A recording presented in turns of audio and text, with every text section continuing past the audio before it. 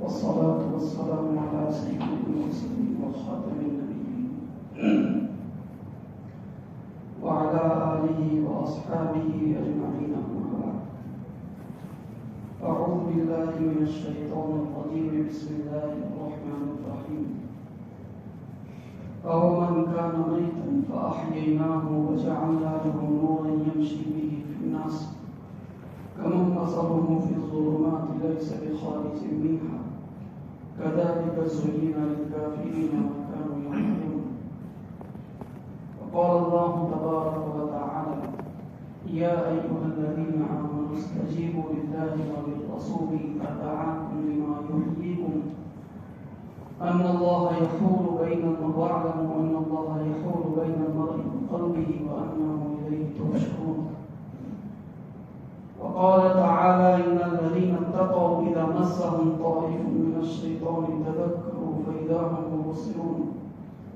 وقال النبي صلى الله تعالى عليه وآله وسلم في دعائه: اللهم إني أعوذ بك من الحول بعد القول، أو كما دعا رسول الله صلی اللہ علیہ وسلم. قابل احترام حضرات علماء کرام، بزرگان محترم، میرے عزیز دینی اسلامی بھائیوں اور گھروں میں بیٹھ کر سن رہی باپ دادا مائیں اور بہنیں، فرد پر آیا ہوا زوال جو ہوتا ہے وہ فرد کی محنت سے رخصت ہوتا ہے. خاندان پر آئے ہوئے حالات خاندان کی محنت، کوشش اور ان کے اسٹرگل سے ختم ہوتے ہیں، اور پورے سماج، سوسائٹی اور پوری کمیونٹی کے اوپر آئے ہوئے حالات جو ہوتے ہیں وہ پوری کمیونٹی کی کلیکٹیو کوششوں سے ختم ہوتے ہیں. یعنی زوال پوری امت پر ہو، فساد بگاڑ پوری امت کے اندر پھیل گیا ہو، اور اس کو ختم کرنے کے لیے صرف 2 آدمی، 4 آدمی، چند آدمی محنت کر رہے ہوں، تو امت پر آیا ہوا زوال چند لوگوں کی محنت سے ختم نہیں ہوتا، بلکہ ہر گزرتے ہوئے دن کے ساتھ اس کی جڑیں گہری ہوتی چلی جاتی ہیں. وہ ہر میدان کو اپنی لپیٹ میں لے لیتا ہے اور مجموعی طور پر پوری امت کو اس حال میں لا کر چھوڑتا ہے جہاں پہنچنے کے بعد وہ امت یا وہ قوم اللہ تبارک و تعالیٰ کی رحمت کی مستحق نہیں رہتی. اس کی چادر رحمت جو ہوتی ہے وہ اس امت یا قوم سے ہٹا لی جاتی ہے، اٹھا لی جاتی ہے. تو جس دور میں ہم سب لوگ زندگی گزار رہے ہیں وہ ایک ایسا دور ہے جسے ہم فیس کر رہے ہیں کہ اس میں زوال کا تعلق، پستی پڑتی کا تعلق ایک فرد سے نہیں، ایک خاندان سے نہیں، کسی ایک خطے علاقے سے نہیں، بلکہ اس نے پوری امت کو اس وقت اپنی لپیٹ میں لیا ہوا ہے. اب ایسے موقع پر قوم کو کسی بہتری کی طرف لے جانے کی تدبیروں کے اوپر غور کرنا، اپنے دل کے اندر، اپنے سینے کے اندر ایک ایسا دل رکھنا جو قوم کے ان حالات کو لے کر گھٹتا ہو اور تڑپتا ہو،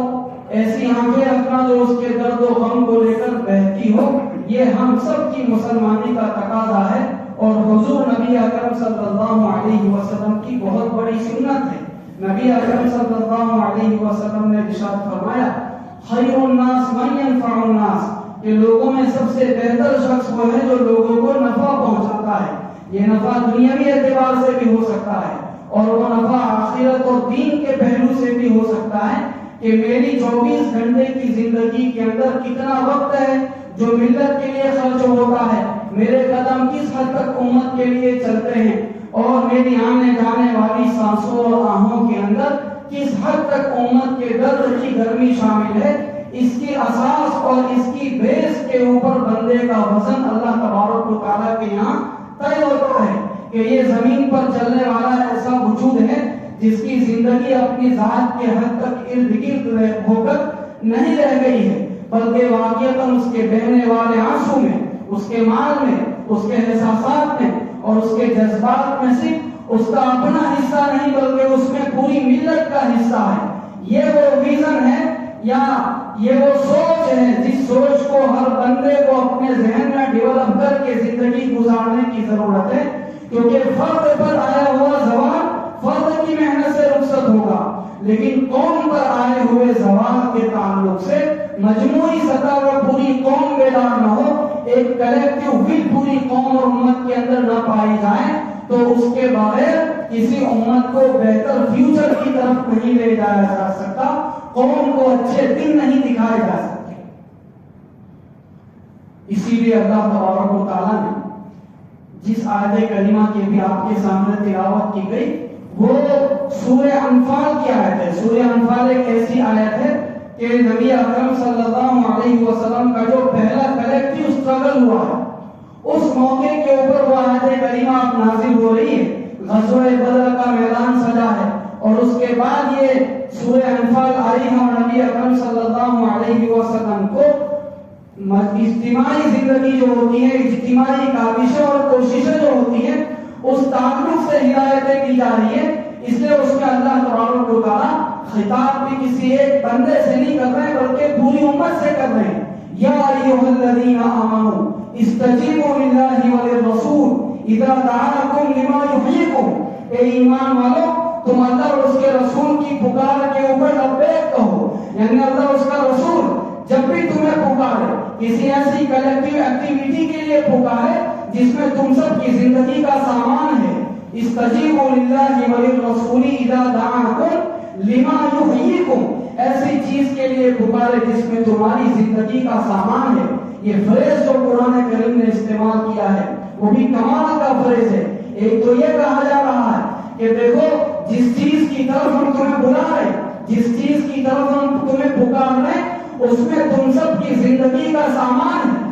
جس زندگی کو میں جی رہا ہوں اور زندگی کی جس پست سطح کے اوپر میں حاضر ہو گیا ہوں، اور اللہ تبارک و تعالیٰ کی طرف پیٹھ کر کے زندگی گزارنے کا میں نے جو مزاج پال لیا ہے، اور ہر گزرتا ہوا دن اللہ تعالیٰ سے مجھے دور لے جا رہا ہے، اور میری زندگی کے آج جو بڑے بڑے فیصلے ہیں وہ اس کی لگام شریعت کے ہاتھ میں نہیں ہے، اس کی لگام اللہ تعالیٰ کے ہاتھ میں نہیں ہے، اس کی لگام نبی اکرم صلی اللہ علیہ وسلم کی سنت کے ہاتھ میں نہیں ہے، بلکہ میری زندگی کے بڑے بڑے فیصلوں میں ڈرائیونگ سیٹ کے اوپر اگر کوئی بیٹھا ہے، چیئر پرسن کے طور پر اگر کوئی بیٹھا ہوا ہے تو شیطان بیٹھا ہوا ہے، میری خواہشات بیٹھی ہوئی ہے، میرے خاندان اور گاؤں کے رسم و رواج بیٹھے ہوئے ہیں جو میری زندگی کو گورن کر رہے ہیں، جو میری زندگی کو ڈرائیو کر رہے ہیں، اور زندگی انہی کے دم قدم سے ان کے بے رحم اشاروں کے اوپر زندگی گزر رہی ہے۔ تو یہ جو ماحول ہے اللہ تبارک و تعالیٰ فرماتے ہیں خدا اور اس کے رسول کی پکار میں زندگی کا سامان ہے۔ آدمی یہ سمجھتا ہے کہ میں یہ زندگی کی لگام اپنی خواہشات سے چھین کر شریعت کے ہاتھ میں دوں، میں زندگی کی لگام اپنے چونچلوں سے چھین کر، شیطان سے چھین کر رسول اللہ صلی اللہ علیہ وسلم کی شریعت کے ہاتھ میں دوں، اس سے میری زندگی کی بہار رخصت ہو جائے گی، میرے لیے زندگی اسٹرگل سے بھرپور ہو جائے گی، کیونکہ بہنوں کو حصہ دیتے ہوئے طبیعت پر بوجھ پڑتا ہے، پارٹنر کو حلال طریقے سے اس کا حصہ دیتے ہوئے طبیعت پر بوجھ پڑتا ہے، پڑوسی کا حق، رشتہ دار کا حق، یہ پوری حقوق کی دنیا ہے، اس کو ادا کرتے ہوئے طبیعت پر بوجھ پڑتا ہے، اور آدمی یہ چاہتا ہے کہ اس میں تو میری موت کا سامان ہے۔ ادھر سے اعلان ہوتا ہے استجیبوا للہ وللرسول اذا دعاکم لما یحییکم، اے لوگو اللہ اس کے رسول کی پکار پر لبیک کہو، کیوں؟ کیونکہ وہ تم کو ایسی چیز کی طرف بلا رہے لما یحییکم جس میں تمہارے لیے زندگی کا سامان ہے۔ اس میں مجھے روٹی طور پر کڑوا گھونٹ تو پینا پڑتا ہے، لیکن دوسری طرف اگر میں یہ لگام اٹھا کر شریعت کے ہاتھ میں لیتا ہوں، اس میں میری حقیقی زندگی کا سامان موجود ہے، اس میں میرے سکون کا سامان موجود ہے، اس میں میرے قرار کا سامان موجود ہے، اس میں میری برکت کا سامان موجود ہے، اس میں میری آئندہ آنے والی نسلوں کی دینداری کا سامان موجود ہے، کہ میری اولاد کے حلق کے نیچے حرام کو لقمہ میرے خواہش کی بنیاد پر اور حرام مال کھانے کی بنیاد پر جو لقمہ اس کے حلق کے نیچے اتر گیا ہے وہ اس کی دینی زندگی کو آئندہ کل کر کے ڈائنامائٹ کر دے گا۔ یہی اولاد میری نافرمان بن کر جیے گی، گناہوں کے بازار گرم کرے گی، اور اس کا وبال قبر کے اندر میں بھگتتا رہوں گا۔ تو یہاں کہا جا رہا ہے کہ استجیبوا للہ وللرسول اذا دعاکم لما یحییکم،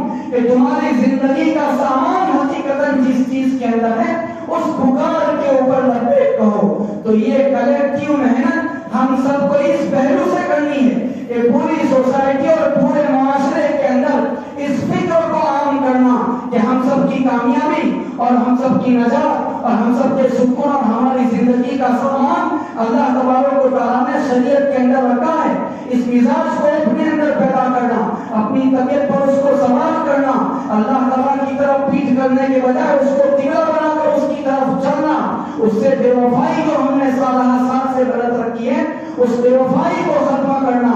آگے اللہ تبارک و تعالیٰ فرماتے ہیں کہ اگر اللہ تعالیٰ کسی بندے کو یہ ہدایت عطا فرمائے، اس کی محنت کے اللہ تعالیٰ کسی کو توفیق عطا فرمائے، تو آگے فرمایا جا رہا ہے وَاعْلَمُوا أَنَّهُ يَحُولُ بَيْنَ الْمَرْءِ وَقَلْبِهِ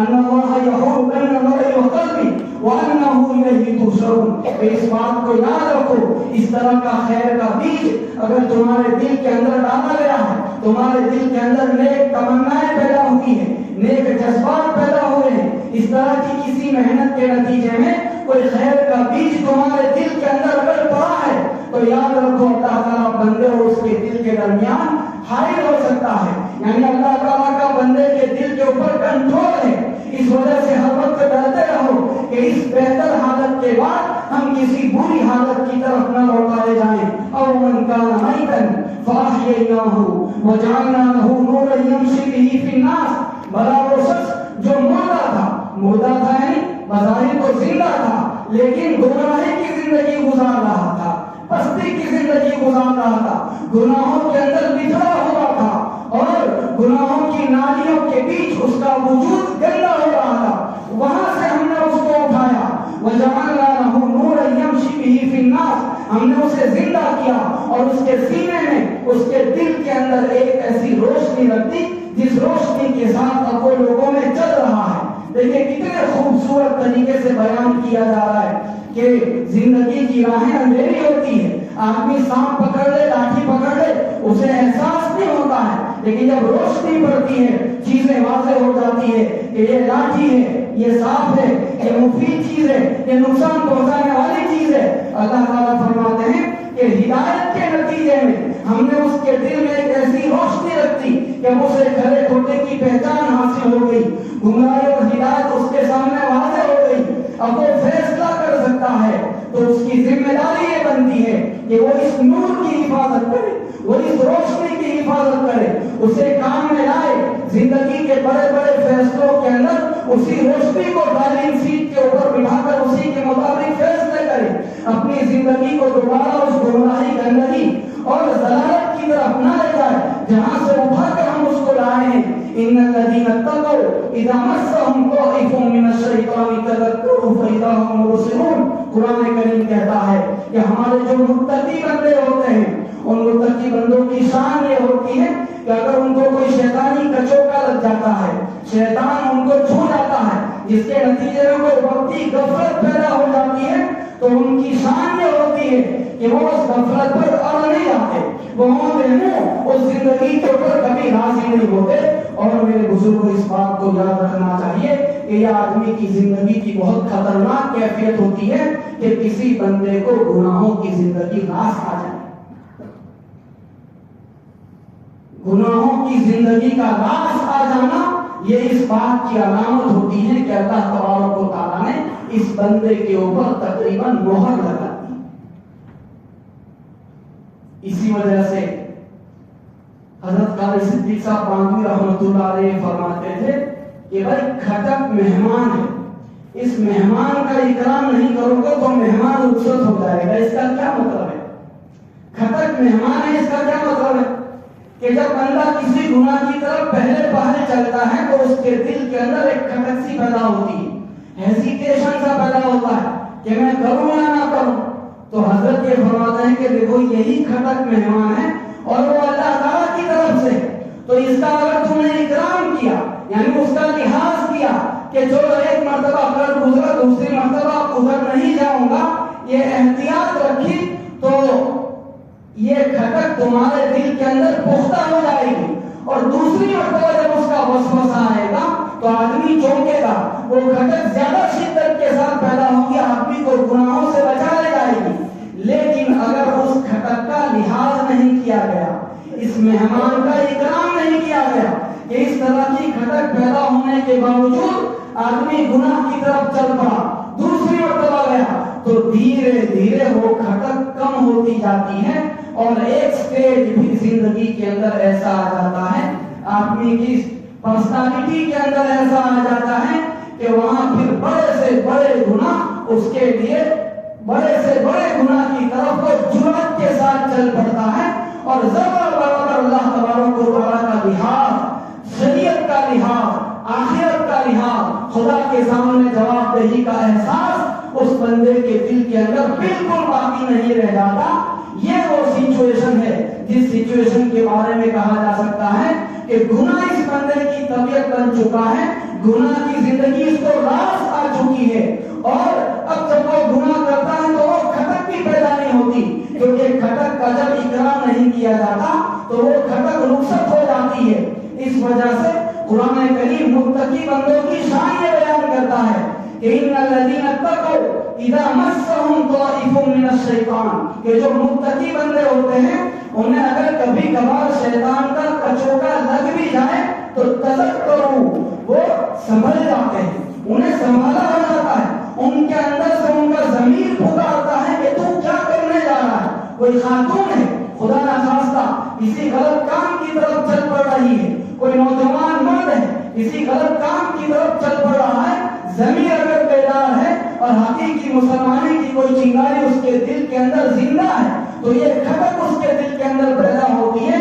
کہ جو کچھ تو کرنے جا رہا ہے، کرنے جا رہی ہے، وہ درست نہیں ہے۔ یہ کہتے ہوئے آدمی پیچھے ہٹتا ہے، اپنی زندگی کا جائزہ لیتا ہے، احتساب کرتا ہے، تذکروا فإذا هم مبصرون، وہ بصیرت کے اوپر آ جاتے ہیں۔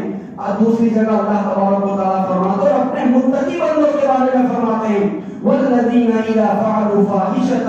او ظلموا انفسهم، وہ لوگ جو بے حیائی کا کام کر گزرتے ہیں یا اپنے آپ پر گناہ کر کے ظلم ڈھاتے ہیں، وَإِذَا فَعَلُوا فَاحِشَةً أَوْ ظَلَمُوا أَنفُسَهُمْ ذَكَرُوا اللَّهَ، تو انہیں اللہ تعالیٰ کی یاد آ جاتی ہے، فَاسْتَغْفَرُوا لِذُنُوبِهِمْ، پھر وہ اپنے گناہوں پر استغفار کرتے ہیں، وَلَمْ يُصِرُّوا عَلَىٰ مَا فَعَلُوا وَهُمْ يَعْلَمُونَ، یہ ہے جس کو یہاں بیان کرنا مقصود ہے کہ جو گناہ انہوں نے وہ کر گزرے اس پر اصرار نہیں کرتے، اس پر اونگوں گر نہیں جاتے، اسے اپنی زندگی کی پرماننٹ سچویشن اور پرماننٹ کنڈیشن بنانے کے اوپر کبھی راضی نہیں ہوتے کہ یہ گناہ میری پرسنالٹی میں ایسا رچ بس جائے کہ جیسے کھانا زندگی کا معمول، ویسے روزانہ اللہ کو ناراض کرنا بھی زندگی کا معمول بن جائے، جس طریقے سے پانی پینا زندگی کا معمول، اسی طریقے سے روزانہ صبح اٹھ کر اور روزانہ رات کو سوتے ہوئے اللہ تعالیٰ کی شریعت کی دھجیاں اڑانا، اس کے سامنے بے خوفی کا اظہار کرنا، یہ بھی میری زندگی کا معمول بن جائے، یہ کبھی متقی کی شان اور متقی کا سوا نہیں ہوتا۔ اس لیے اللہ تبارک و تعالیٰ نے کسی بندے کو اگر اس طرح کی کسی محنت کے ذریعے سے اس کے دل میں خیر کا بیج ڈالا ہے تو اس بیج کی حفاظت کرنا، اس کی آبیاری کرنا، اس کو پانی پلانا اور اس بات کا اہتمام کرنا کہ یہ میری زندگی میں آنے والی خیر اب میرے پاس سے کبھی رخصت نہ ہو۔ قرآن کریم راسخین فی العلم، یعنی وہ لوگ جن کے علم کا توتی بولتا ہے، جن کے علم کا لوگ لوہا مانتے ہیں، ان کی دعا قرآن کریم نے نقل کی کہ وہ یہ دعا کرتے ہیں ربنا لا تزغ قلوبنا بعد إذ هديتنا وهب لنا من لدنك رحمة، کہ اللہ تو ہمارے دلوں کو ہدایت دینے کے بعد پھر نہ دینا، دوبارہ گمراہی کی طرف نہ لے جانا، جس غلط زندگی کو ہم چھوڑ کے آئے ہیں دوبارہ اس غلط زندگی کی طرف ہمیں نہ لے جانا۔ نبی اکرم صلی اللہ علیہ وسلم نے دعا فرمائی اللہم انی اعوذ بک من الحول بعد القول، کہ اللہ اچھی حالت پیدا ہونے کے بعد کسی بری حالت کی طرف دوبارہ دھکیل دیے جانے اور لوٹا دیے جانے سے میری حفاظت فرما۔ تو اس وقت اس مسجد میں بیٹھے ہوئے بطور خاص ہمارے وہ ساتھی جو اللہ تعالیٰ کے راستے میں وقت لگا کر آئے ہیں اور ان کے دل کے اندر خیر کا بیج اللہ تبارک و تعالیٰ نے ڈالا ہے، کچھ اچھے کام کرنے کے ارمان ہے اور وہاں مقام پر جا کر محنت کرنے کے ان کے جذبات بنے ہیں، تو ان کے سامنے ہر وقت یہ آیت رہنی چاہیے کہ وَقُلْ جَاءَ الْحَقُّ وَزَهَقَ الْبَاطِلُ إِنَّ الْبَاطِلَ كَانَ زَهُوقًا، وہ اپنی زندگی سے کہیں کہ میری زندگی کے اندر وہ حق آ چکا ہے اور میری زندگی میں اب تک جتنا باطل تھا وہ باطل رخصت ہو چکا ہے، تو اب میری زندگی کی ڈرائیونگ سیٹ کے اوپر کون رہے گا؟ میری زندگی کے بڑے فیصلوں کے اندر فیصلہ ساز کون رہے گا؟ میری زندگی کس ڈگر کے اوپر گزرے گی، اس کا فیصلہ مجھے اب یہاں سے کر کے جانا ہے۔ اور اسی طریقے سے وہ لوگ جنہیں اب تک اس طرح کی کسی عمومی سطح کی محنت میں شرکت کی توفیق نہیں ملی، میں پھر سے اپنے اس جملے کو دہراتا ہوں کہ قوم پر آنے والا سوال چند لوگوں کی محنت سے ختم نہیں ہو سکتا، اس کے لیے کلیکٹیو ول چاہیے، اس کے لیے اجتماعی کوشش چاہیے، اس کے لیے ساموہک اسٹرگل چاہیے۔ ہر بندے کے دل میں یہ طلب ہو کہ مجھے اپنے گھر کا ماحول بنانا ہے، مجھے اپنی بستی کا ماحول بنانا ہے، مجھے پوری ملت کو کسی بہتری کی طرف لے کر چلنا ہے۔ اس طرح کے پاکیزہ جذبات جب ہر بندے کے دل میں پیدا ہوتے ہیں تب جا کر اللہ تبارک و تعالیٰ کسی ملت کو، کسی قوم کو اپنی چادر رحمت کے تحت لاتے ہیں۔ جب اس میدان سے گزر کر بندے کی تربیت ہوتی ہے اور وہ ڈھلتا ہے کسی اچھے سانچے کے اندر، تب جا کے وہ اس قابل بنتا ہے کہ اللہ تعالیٰ کی رحمت اس پر اترے۔ ورنہ میرے دوستو، سچی بات یہ ہے کہ حالات کے گلے شکوے کرنے سے قوموں کی تقدیریں نہیں بدلتی، نہیں بنتی۔ اگر وہ بنتی اور بدلتی ہے تو کس سے بدلتی ہے؟ ان قوموں کے سیریسنیس کے ساتھ کسی بہتر کی حالت کی طرف چلنے اور اس کے لیے محنت کرنے کا جو جذبہ ہوتا ہے، ولولہ ہوتا ہے، اور ہماری سطح پر جو اسٹرگل ہوتا ہے، اس اسٹرگل کے نتیجے میں اللہ تبارک و تعالیٰ قوموں کی حالت کو تبدیل کرتا ہے۔ اور خاص طور پر حضرت علامہ شعرانی رحمۃ اللہ علیہ نے مقام قطیبت، ان کی کتاب ہے، اس میں یہ بات لکھی ہے، اور کیا عجیب بات لکھی ہے کہ اگر کوئی قطب یہ ایک مقام ہے، جیسے ابدال ایک مقام ہے، تو اس سے بڑا مقام قطب کا ہوتا ہے۔ حضرت نے لکھا ہے کہ آدمی مقام قطیبت تک کیسے پہنچ سکتا ہے، قطب ہونے کے مقام تک آدمی کیسے پہنچ جائے؟ وہ اللہ تعالیٰ کے خاص بندے ہوتے ہیں، چوزن پیپل ہوتی ہے، اللہ ہوتے ہیں۔ اس کا انہوں نے طریقہ لکھا ہے کہ کوئی بندہ اگر اپنے سماج سوسائٹی میں وہ نیکیاں جو پہلے اس سماج سوسائٹی کا حصہ تھی بعد میں رخصت ہو گئی، ان پر غور کرے اور ان پر گھرے، اور اس کے بعد ان نیکیوں کو سوسائٹی میں دوبارہ زندہ کرنے کے لیے اپنا اسٹرگل اور اپنی کوشش پیش کرے۔ اسی طریقے سے کوئی بندہ اپنے سماج میں پنپنے والی برائیوں اور گناہوں کے اوپر نظر دوڑائے، اس پر گھرے، اور پھر اس کو ختم کرنے کے لیے اپنی کوشش اور اپنا اسٹرگل پیش کرے۔ حضرت لکھتے ہیں کہ جو بندہ یہ کرتا رہے گا اس کو اللہ تبارک و تعالیٰ مقام قطیبت تک پہنچا دیں گے، یعنی اللہ تعالیٰ اس کو مقام قطب عطا کرے گا۔ تو دیکھیں، جب مارکیٹ اٹھنے والا ہوتا ہے تب چیزوں کے دام گر جاتے ہیں۔ صبح آپ مارکیٹ میں جائیں گے دام اونچے ہوتے ہیں، شام کو اسی کے بعد خریدنے جائیں گے دام گھٹ جاتے ہیں۔ تو اسی طریقے سے یہ دنیا بھی اب چل چلاؤ کے عالم میں ہے، رخصت کے عالم میں ہے، تو رخصت کے عالم میں چیزوں کے دام گھٹ جاتے ہیں۔ اس لیے دین کے حوالے سے، ملت کے حوالے سے، قوم کے حوالے سے کی جانے والی آپ کی معمولی کوشش، آپ کے معمولی اسٹرگل کی بھی اللہ تبارک و تعالیٰ کی بارگاہ میں قدر کی جائے گی، اس لیے اس کی طرف بڑھنا چاہیے۔ نبی اکرم صلی اللہ علیہ وسلم نے حضرت ابو ہریرہ رضی اللہ تعالیٰ عنہ سے فرمایا کہ انکم فی زمان من ترک منکم عشر ما امر بہ ہلکا، کہ تم لوگ ایسے زمانے میں ہو کہ جن چیزوں کا حکم دیا جا رہا ہے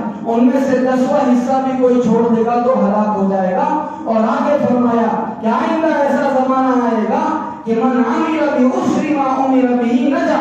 کہ ایسا دور آئے گا کہ جن چیزوں کا پالن کیا جا رہا ہوگا ان میں سے 10ویں حصے پر بھی کوئی عمل کرے گا تو اس کا کام بن جائے گا، اس کی نجات ہو جائے گی۔ اب یہاں غور کرنے کی بات ہے کہ یہ سارے احکام کی بات نہیں ہو رہی، علماء نے لکھا ہے، اس کی تشریح میں لکھا ہے کہ اس روایت کا مطلب یہ ہے کہ کسی دور میں صحابہ کرام سے دین کی سربلندی کے لیے، دین کی محنت کے حوالے سے جس سطح کی قربانیوں کا مطالبہ تھا اس کے مقابلے میں 10% بھی اس دور کے اندر کوئی کر لے گا تو اللہ تبارک و تعالیٰ اس کی نجات کے لیے اس کو کافی قرار دے کر قبول فرما دے گا، اس کا کام بنا دے گا۔ تو آج کی جمعہ کا یہ بیسک پیغام ہم سب کو اپنے ساتھ لے کر جانا ہے۔ پہلی بات یہ کہی گئی کہ